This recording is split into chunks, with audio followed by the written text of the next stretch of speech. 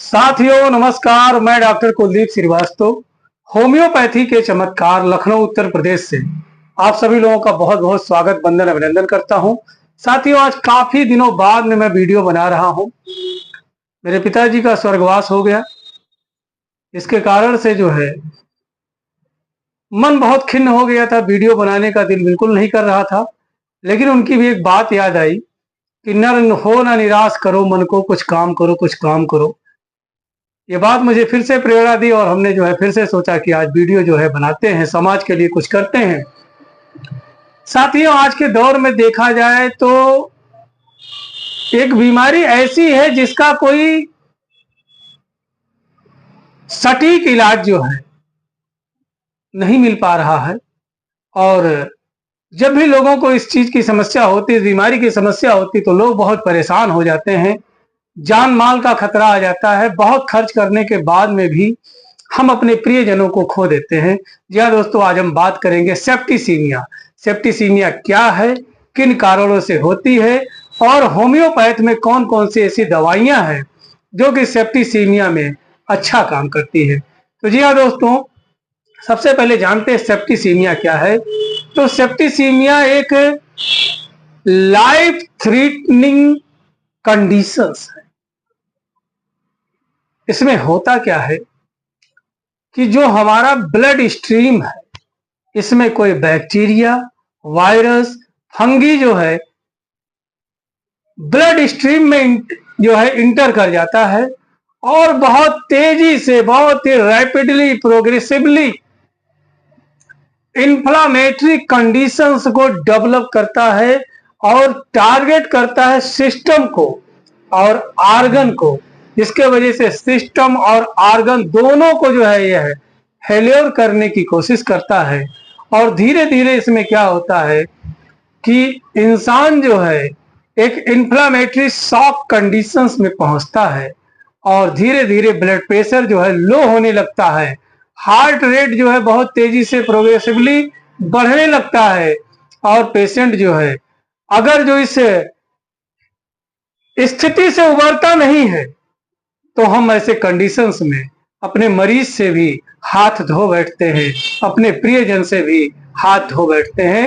साथियों कुल मिला जुला करके आप ये समझे कि सेप्टिसीमिया या सेप्सिस या सेप्टिक कंडीशंस एक ऐसा स्टेज है जिसमें ब्लड स्ट्रीम में अगर जो कोई बैक्टीरिया, वायरस, फंगी अगर जो है इसमें डेवलप कर जाता है, इसमें इंटर कर जाता है, तो एक प्रकार से जो है इन्फ्लामेटरी जो है प्रोसेस को बढ़ा देता है, शॉक की जो है प्रक्रिया को बढ़ा देता है, जिसके वजह से ब्लड प्रेशर लो होने लगता है और इंसान धीरे धीरे करके जो है अगर जो देखा जाए acute respiratory distress syndrome condition में चला जाता है, जिसे ARDS कहते हैं। और इंसान अगर जो इस कंडीशन से उभरा नहीं तो ऐसे में जो है वह बहुत ही सीरियस कंडीशंस में चला जाता है। तो जी हाँ साथियों, आइए जानते हैं इसके क्या क्या कारण होते हैं।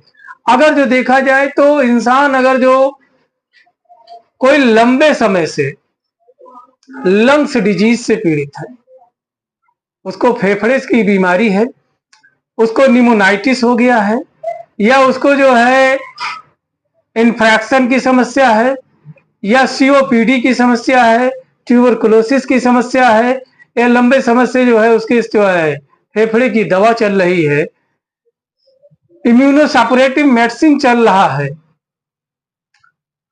तो ऐसी जो है अवस्था में अगर जो मरीज है तो इसके सेप्सिस होने के चांसेस ज्यादा होते हैं।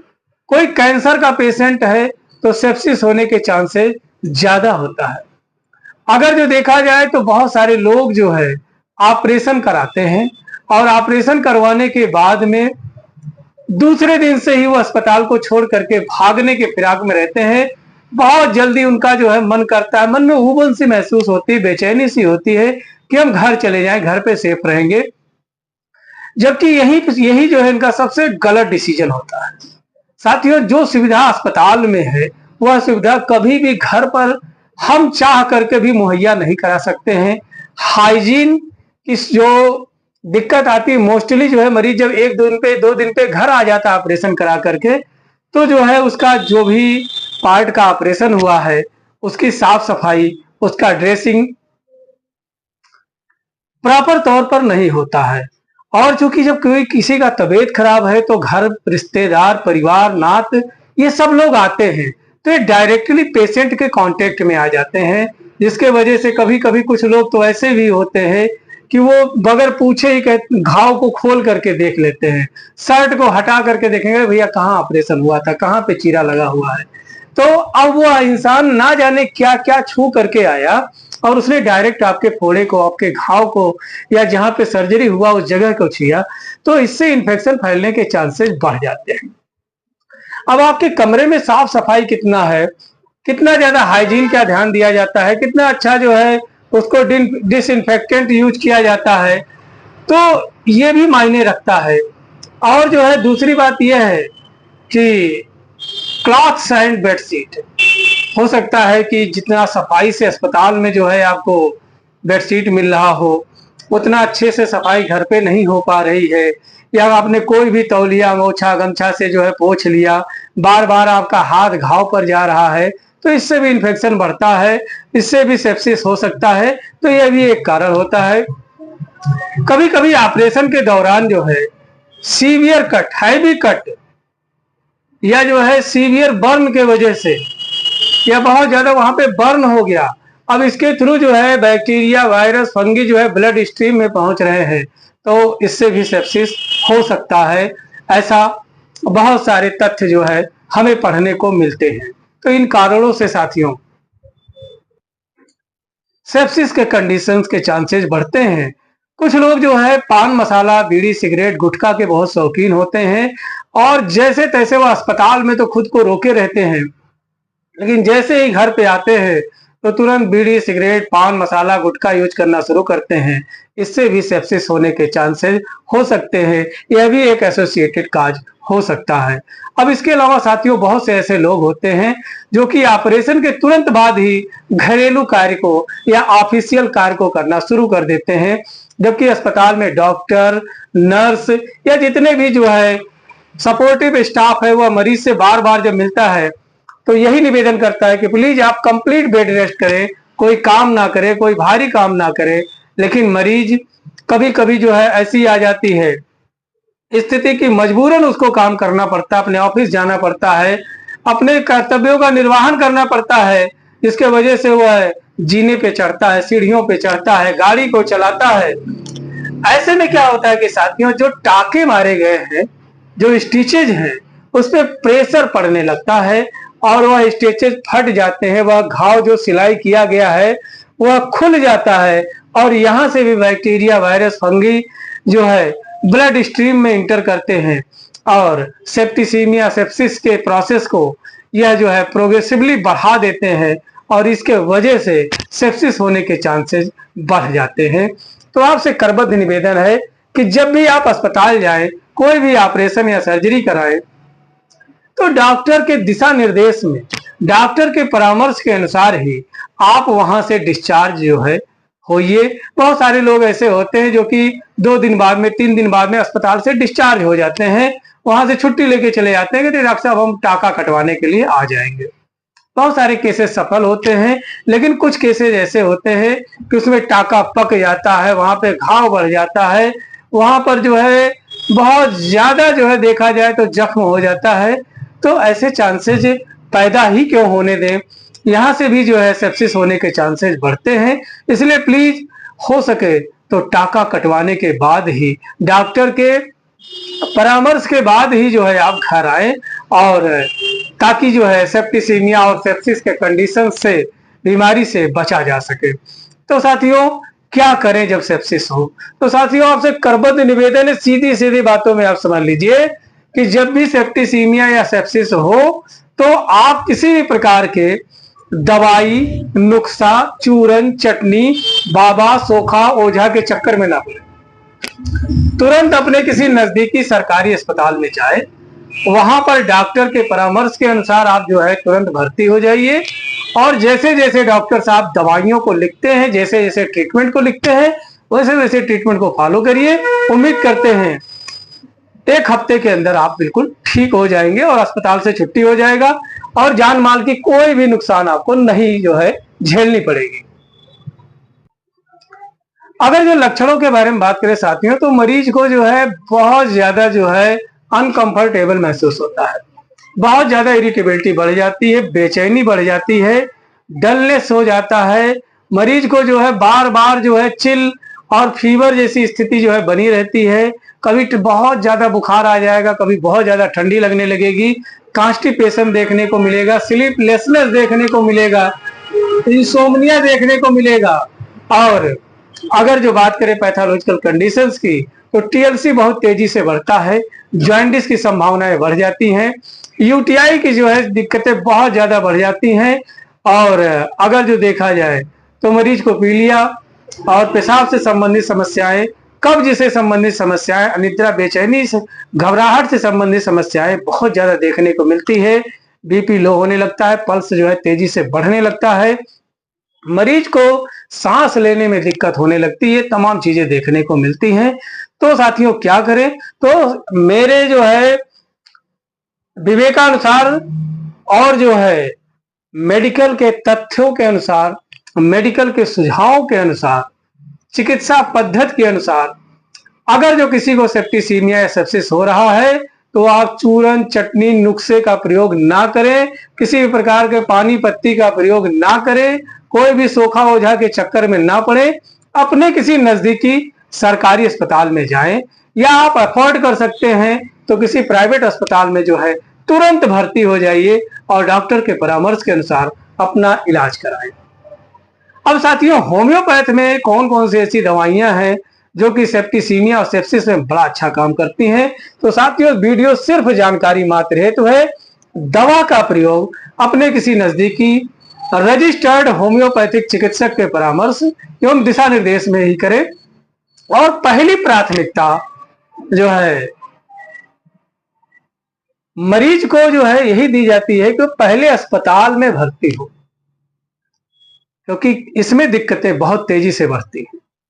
और मेरे द्वारा बताई गई दवाइयां सिर्फ लक्षणों के आधार पर हैं, और बहुत से ऐसे लोग हैं जो कि बहुत ही समय तक इलाज कराया, कुछ चीजें ठीक हुई लेकिन कुछ चीजें नहीं ठीक हुई, या यूं कह लें कि पैसे के अभाव में इलाज नहीं करा पा रहे हैं। तो ऐसे में दवाइयां होम्योपैथ की दृष्टिकोण से बड़ा ही कारगर साबित हो सकती हैं। जी हाँ दोस्तों, पहली मेडिसिन के बारे में बात करेंगे तो लैकेसिस। लैकेसिस जो है बहुत ही जबरदस्त मेडिसिन है, जो कि any and every stage of blood infections, किसी भी तरीके का ब्लड इन्फेक्शन हो, चाहे वह बैक्टीरियल ब्लड इन्फेक्शन हो, चाहे वह वायरल ब्लड इन्फेक्शन हो, चाहे वह फंजिकल जो है ब्लड इन्फेक्शन हो, या किसी भी तरीके का ब्लड इन्फेक्शन है, तो इसमें जो है लैकेसिस बड़ा अच्छा काम करती है। और साथ ही साथ में साथियों, अगर जो देखा जाए तो सेकंड नंबर पर पायरोजेन बड़ा अच्छा काम करता है। अब जो है चूंकि मरीज में कुछ चीजें बहुत जो है सिस्टमेटिकली जो है डेवलप करती हैं, ये जो है सिस्टमैटिक तरीके से होती हैं और ऑर्गन को टारगेट करती हैं। तो सबसे पहली दिक्कत आती है बुखार, इन्फेक्शन। अब साथियों, चूंकि कुछ समस्याएं बहुत ही तेजी से आएंगी, आपको बार बार देखने को मिलेगी। अचानक उसका टाइफाइड जो है हो सकता है डबल टाइफाइड हो जाए, बहुत तेजी से सुबह में बुखार आए या रात में बुखार आए, या बहुत ज्यादा डलनेस, डिजीनेस, जो बिजनेस की समस्या आ रही है, बहुत ज्यादा यूटीआई इन्फेक्शन बढ़ता जा रहा है, टीएलसी बढ़ता जा रहा है, या यूं कह लें कि जो है उसका मरीज का जो है गॉल ब्लैडर का ऑपरेशन हुआ, या यूट्रस का ऑपरेशन हुआ, या कोई भी सर्जरी हुई, अब उसमें टीएलसी बहुत मोस्टली टीएलसी देखने को मिलता है कि टीएलसी बहुत तेजी से बढ़ती जा रही है। तो ऐसे में साथियों, gelsemium, China, arsenic album, Baptisia, echinacea, ये ऐसी दवाइयां हैं जो कि हर तरीके से मरीज को पूर्णतः ठीक कर देती हैं, और उसका जो है जो ब्लड इन्फेक्शन है, जो ब्लड पॉइजनिंग इन्फेक्शन है, वह धीरे धीरे करके जो है आराम मिल जाता है। आप देखेंगे कि टीएलसी जो है मरीज का जो है 25,000 30,000 था, 36,000 था। और जैसे ही जो है इन दवाइयों का अगर जो प्रयोग किया जाए तो दूसरे दिन जो है बहुत अच्छा रेस्पॉन्स और रिजल्ट आपको मिलेगा और धीरे धीरे करके मरीज नॉर्मल स्थिति में वापस आए। सेप्टिसीमिया के कंडीशंस में दो दवाइयां ऐसी है कि जिनके बगैर सेप्टिसीमिया का इलाज ही के बारे में कल्पना करना अधूरा होगा। जी हाँ दोस्तों, दो दवाइयां हैं, आर्निका और कैलेंडुला। आर्निका और कैलेंडुला ऐसी सपोर्टिव मेडिसिन है जो एनी एंड एवरीवेयर, कहीं भी पूरे ब्लड में अगर जो कोई घाव है या कोई आर्गन में घाव है, कोई ब्लड में इन्फेक्शन है, कहीं पे इंजरी है, तो उसको ये दो दवाइयां बहुत ही आसानी से धीरे धीरे करके ठीक कर देती है। अब अगर जो मान लीजिए कि गॉल ब्लैडर का ऑपरेशन हुआ है, गॉल ब्लैडर में पथरी थी या लीवर में कोई इन्फेक्शन है और बहुत तेजी से अगर जो टीएलसी बढ़ता जा रहा है और साथ साथ में अगर जो बिलिरुबिन जो है total direct indirect SGPT SGOT जो है अगर ये बढ़ता जा रहा है, जॉइंटिस के साथ साथ में लीवर इन्फेक्शन है, लीवर में सूजन है, तो ऐसे में साथियों अगर जो लाइकोपोडियम चेलिडोनियम कार्डुअस इन तीन दवाइयों का जो है प्रयोग किया जाए तो इधर जो है ये जॉइंटिस की समस्या, लीवर में सूजन की समस्या सही हो जाएगी। और इचिनेसिया, बैप्टीसिया, कैलेंडुला, आर्निका अगर जो इन दवाइयों का प्रयोग करते हैं तो इधर जो है जो टीएलसी बहुत तेजी से बढ़ रही है ये भी जो है आसानी से ठीक हो जाएगा और नॉर्मल कंडीशन से पेशेंट आने लगेगा। बाकी जो दवाइयां हैं वो लक्षणों के आधार पर देंगे। मरीज को बहुत ज्यादा जब बुखार आएगा तो जो है हम बैप्टीसिया के बारे में सोचेंगे, बहुत ज्यादा उसको डलनेस, डोविजनेस और जो है डिजीनेस देखने को मिलता है, ट्रिमर देखने को मिलता है, तो ऐसे अवस्था में जेलसीनियम बड़ा अच्छा काम करेगी। अब साथियों क्या करें? तो सबसे बड़ी चीज ये है कि आप अपने पैशंस को बनाए रखें, अपने धैर्य को बनाए रखें, डॉक्टर के परामर्श के अनुसार दवा करते रहें। खाने पीने में जो है बड़ी दिक्कत आती है कि मरीज को जो है क्या खाए क्या ना खाए, तो डॉक्टर के परामर्श के अनुसार ही भोजन करें, जो डॉक्टर बताते हैं वह करें। अब इसके अलावा जो है क्या जो है फलों में खा सकते हैं, तो साथियों कई तरीके के खट्टे मीठे फलों को अगर जो प्रयोग किया जाए तो बड़ा अच्छा काम करता है। अगर जो देखा जाए तो लिक्विड की मात्रा आपको ज्यादा लेनी चाहिए, बाकी जैसा डॉक्टर परामर्श देते हैं उस तरीके के डाइट का आप प्रयोग करें। तो उम्मीद करते हैं वीडियो आपको अच्छी लगी होगी।